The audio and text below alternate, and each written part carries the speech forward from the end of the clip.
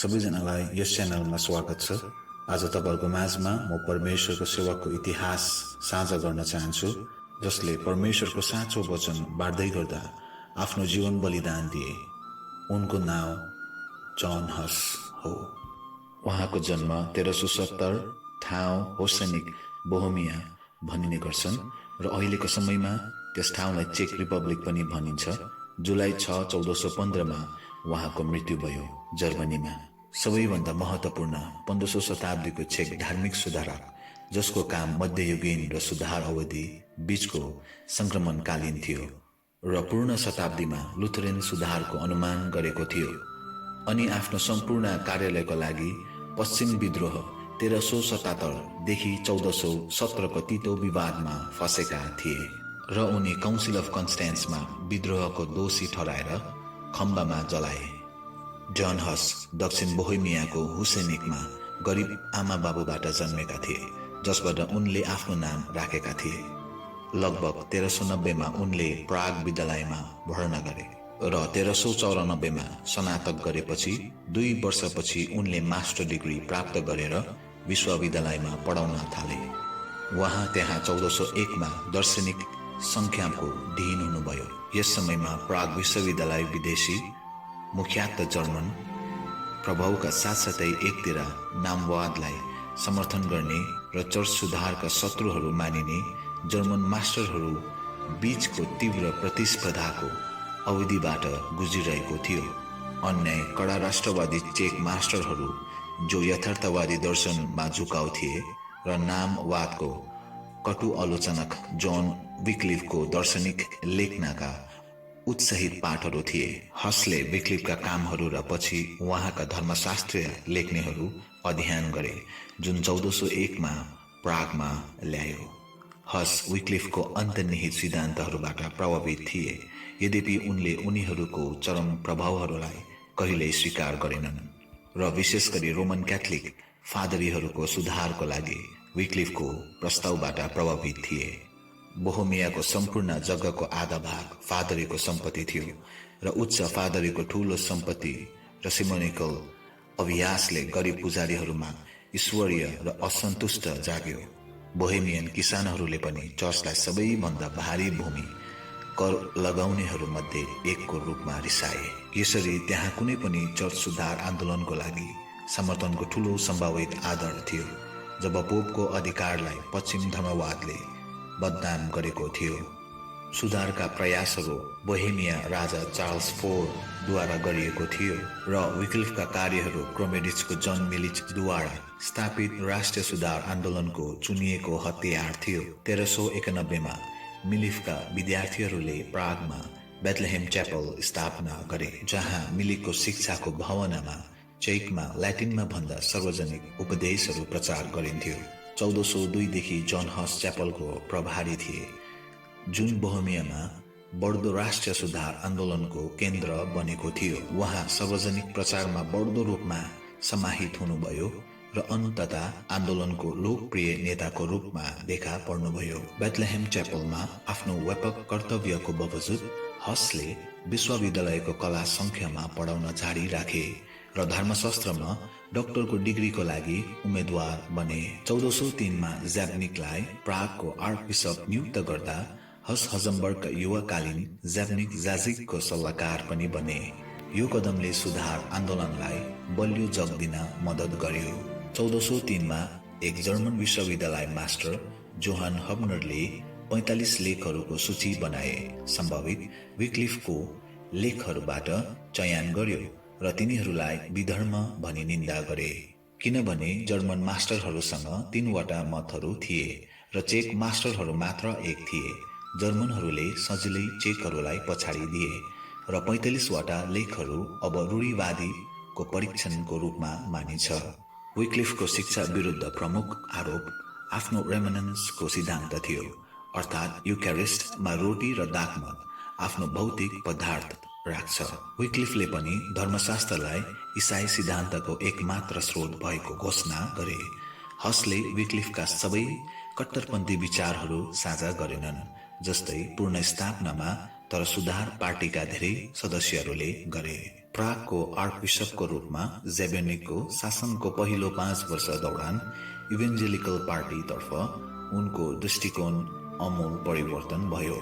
सुधारका विरोधीहरूले उहाँलाई आफ्नो पक्षमा जित्नुभयो र 1407 मा स्ट्यानिस्लाव र प्यालेसलाई पाखण्डीको रूपमा लगाउन सफल भए र तिनीहरूलाई परीक्षाको लागि रोमन क्युरियामा उद्धृत गरियो। ती दुई व्यक्तिहरू आफ्नो धर्मशास्त्रीय दृष्टिकोणमा पूर्ण परिवर्तन भएर फर्के र सुधारकहरूका प्रमुख विरोधी बने। यसरी जब हस सुधार आन्दोलनको अग्रभागमा देखा परेका थिए, उनी आफ्ना पूर्व साथीहरूसँग विवादमा परे। 1378 देखि रोमन क्याथोलिक चर्च पश्चिमी धर्मद्वारा विभाजित भएका थिए, जसको समयमा पोपको अधिकार क्षेत्र दुई पोपहरू बीच विभाजित भएका थिए। हसले आर्कबिशप जेभेनिकसँग झगडा गरे जब पछिल्लो पिसा 1409 मा काउन्सिलको विरुद्ध गरे, जसलाई प्रतिद्वन्द्वी पोपहरूलाई हटाउन र चर्च सुधार गर्न बोलाएको थियो। काउन्सिललाई प्राग विद्यालयका चेक मास्टरहरूको समर्थन थियो, जबकि जर्मन मास्टरहरूले त्यसको विरोध गरे। विश्वविद्यालयको मामिलामा बहुमत प्राप्त गर्ने जर्मन मास्टरहरूले आर्कबिशपलाई समर्थन गरे, जसले राजा वेन्सलाई यति रिसाए कि जनवरी 409 मा उनले चेक मास्टरहरूलाई प्रत्येक 3 र जर्मनहरूलाई मात्र 1 मत दिएर विश्वविद्यालयको संविधानलाई विघटन गरे। नतिजा प्रागबाट धेरै जर्मन विश्वविद्यालयहरूमा जर्मनहरूको ठूलो अप्रवासन थियो। 1409 को पतनमा हस अहिले चेक प्रमुख विश्वविद्यालयको रेक्टर चुनिए। आर्कबिशप जेभेनिक र हस बीचको अन्तिम ब्रेक तब भयो जब पिसा काउन्सिलले पोप ग्रेगोरी 12, जसको आखितियार बोहेमियामा मान्यता प्राप्त थियो, र एन्टिपोप बेनेडिक्ट 13 दुवैलाई चुनाव गरेर तिनीहरूको स्थानमा अलेक्जेन्डर 5 निर्वाचित भए। पदमुक्त पोपहरूले तथापि अंशहरूमा अधिकार क्षेत्र कायम राखे। पश्चिम युरोपको यसरी दुईको सट्टा त्यहाँ 3 पोपहरू थिए। बोहेमियाका आर्कबिशप र उच्च फादरीहरू ग्रेगोरीप्रति वफादार रहे, जबकि हस र सुधार पार्टीले नयाँ पोपलाई स्वीकार गरे। अलेक्जेन्डर 5औँलाई वैध पोपको रूपमा मान्यता दिन राजाको दण्डनात्मक उपायहरूले बाध्य पारेपछि आर्कबिशपले ठूलो घुसको माध्यमबाट अलेक्जेन्डरलाई बेथलेहेम च्यापल लगायत निजी च्यापलहरूमा प्रचार गर्न निषेध गर्न प्रेरित गरे। हसले पोपको आदेश पालन गर्न इन्कार गरे, जसमा जेभेनिक उसलाई बहिष्कृत गर्यो।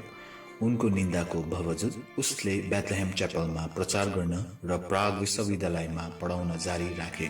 जेभेनिक अन्ततः राजाद्वारा रोमन क्युरियाको अगाडि हसलाई आफ्नो समर्थनको बाचा गर्न बाध्य पर्यो, तर उनको 1411 मा अचानक मृत्यु भयो। हसका शत्रुहरूको नेतृत्व कुरियामा पुग्यो। 1412 मा हसको पाखण्डको मामला जुन चुपचाप छोडिएको थियो, ग्रेगोरी 12 विरुद्धको आफ्नो अभियानलाई वित्त पोषण गर्न अलेक्जेन्डरका उत्तराधिकार एन्टिपोप जन 23 द्वारा जारी गरिएको भोगको बिक्रीमा नयाँ विवादको कारण पुनर्जीवित भयो। बोहेमियामा तिनीहरूको बिक्रीले सामान्य आक्रोश जाग्यो, तर राजा वेन्सल्यासद्वारा अनुमोदन गरिएको थियो, जसले सामान्य रूपमा आम्दानीमा साझेदारी गरे। हस र प्रागका उनका पूर्व विद्यार्थी जोरेमले एक प्रसिद्ध सार्वजनिक विवाद दिए। जन 23 बोगाएको बिक्रीलाई अङ्गीकृत गर्ने आदेशलाई जलाएर चरम सीमामा पुग्यो। हसले विश्वविद्यालयको अगाडि सार्वजनिक रूपमा यो भोगहरूको निन्दा गरे। यसो गर्दा उसले वेन्सल्यासको समर्थन गुमाए, जुन उनको लागि घातक साबित भएको थियो। हसका शत्रुहरूले त्यसपछि क्युरियामा उनको परीक्षण नवीकरण गरे, जहाँ उनलाई उपस्थित हुन अस्वीकार गरेकोमा ठूलो बहिष्कार अन्तर्गत घोषणा गरिएको थियो र प्राग वा हस बस्न सक्ने अन्य कुनै ठाउँमा निषेध गरेको थियो, जसले गर्दा निषेधित क्षेत्रमा सञ्चारकर्मीहरूलाई चर्चका केही संस्कारहरू अस्वीकार गरियो। सहरहरूलाई नतिजाहरूबाट जोगाउन हसले स्वेच्छाले अक्टोबर 1412 मा प्राग छोडे। उनले प्राय दक्षिण बोहेमियामा आफ्ना साथीहरूको महलमा शरण पाए र त्यसपछिका 2 वर्षहरूमा उनी ज्वरोपूर्ण साहित्यिक गतिविधिमा संलग्न भए। उनका शत्रुहरू विशेष गरी स्ट्यानिस्लाव र प्यालेट्सले उहाँको विरुद्धमा ठूलो संख्यामा विवादास्पद ग्रन्थहरू लेखे, जसको जवाब उहाँले उत्तिकै जोरदार ढङ्गले दिनुभयो। उहाँका ग्रन्थहरूमध्ये सबैभन्दा महत्त्वपूर्ण थियो दि एक्लेसिया। उहाँले चर्चमा ठूलो संख्यामा ग्रन्थहरू र पोसिस्ला नामक उपदेशहरूको सङ्ग्रह पनि लेखे। जन हसको अन्तिम परीक्षण पश्चिम धर्मवाद निरन्तर जारी रहँदा हङ्गरीका राजा सिगिस्मन्ड जर्मनीको नयाँ राजाको रूपमा चर्चको एकताको पूर्ण स्थापनाकर्ताको रूपमा प्रतिष्ठा प्राप्त गर्ने अवसर देखे। उसले जन त्यसलाई विभेदको अन्तिम समाधान खोज्न र सबै विद्रोहहरूको अन्त्य गर्न कन्स्टेन्स काउन्सिललाई बोलाउन बाध्य तुल्यायो। यसकारण सिगिस्मन्डले हसलाई आफ्नो विचार व्याख्या गर्न परिषदमा उपस्थित हुन आमन्त्रित गर्न एक दूत पठाए। एक निमन्त्रणा हस स्वाभाविक रूपमा स्वीकार गर्न अनुचित थियो, तर जब जनले राजा वेन्सेसलाई निषेध आज्ञाको पालन नगरेकोमा धम्की दिए र सिगिस्मन्डले हसलाई कन्स्टेन्स र फिर्ताको यात्राको लागि सुरक्षित उच्चारणको आश्वासन दिएपछि जे निर्णय भए पनि हस अन्ततः जान सहमत भए। उहाँ कन्स्टेन्सको लागि प्रस्थान गर्नुभयो, तर नोभेम्बर 1414 त्यहाँ पुगेपछि 2 दिनसम्म सुरक्षित उच्चारण प्राप्त गर्न सकेनन्। कन्स्टेन्समा आइपुगेको केही समयपछि सिगिस्मन्डको मौन सहमतिमा उहाँलाई गिरफ्तार गरियो र नजिकको बन्दी गृहमा राखियो, जहाँबाट उहाँ कहिले बाहिर आउनु भएन। हसका शत्रुहरूले उनलाई काउन्सिल अफ कन्स्टेन्सको अगाडि विल्क्लिफ विधर्मीको रूपमा प्रयास गर्न सफल भए। बोहेमियन कुलिनहरूले उनको लागि प्राप्त गरेको गम्भीर हस्तक्षेप 3वटा सार्वजनिक सुनवाईहरू थिए, जसमा उसलाई आफ्नो रक्षा गर्न अनुमति दिएको थियो र उनी विरुद्धका केही आरोपहरू खण्ड गर्न सफल भए। काउन्सिलले हसलाई आफ्नो जीवन बचाउनका लागि त्याग गर्न आग्रह गर्यो, तर यसका अधिकांश सदस्यहरूका लागि उनी मृत्युको लागि मात्र खतरनाक विधर्मी थिए।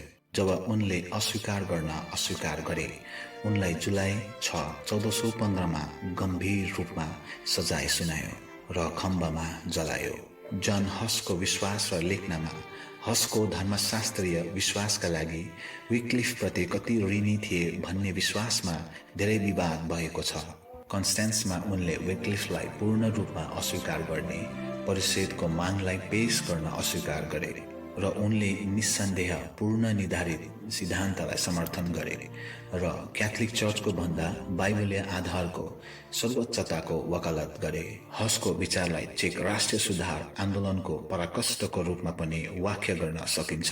उनका अनुयायीहरू र त्यसपछिका बोहेमियन धार्मिक सुधारकहरूले हस्टस नामक अपनाए। 1412 देखि लिएर 1414 आफ्नो निर्वासन अवधिमा हसले प्रागमा आफ्नो लोकप्रिय प्रचारको लागि चेक भाषामा लेखहरूको एक श्रृङ्खलालाई प्रतिस्थापित गरे र ती चेक साहित्यको क्लासिक बन्न थाले र चेक भाषाको इतिहासमा समान रूपमा महत्त्वपूर्ण छन्। यी कामहरूमध्ये सबैभन्दा महत्त्वपूर्ण उहाँको लोकप्रिय प्रचार भ्याग्लाइड भ्यारी डिसाटेरा अपेटेरा, विश्वासको प्रदर्शन, 10 आज्ञाहरू र प्रभुको प्रार्थना हो।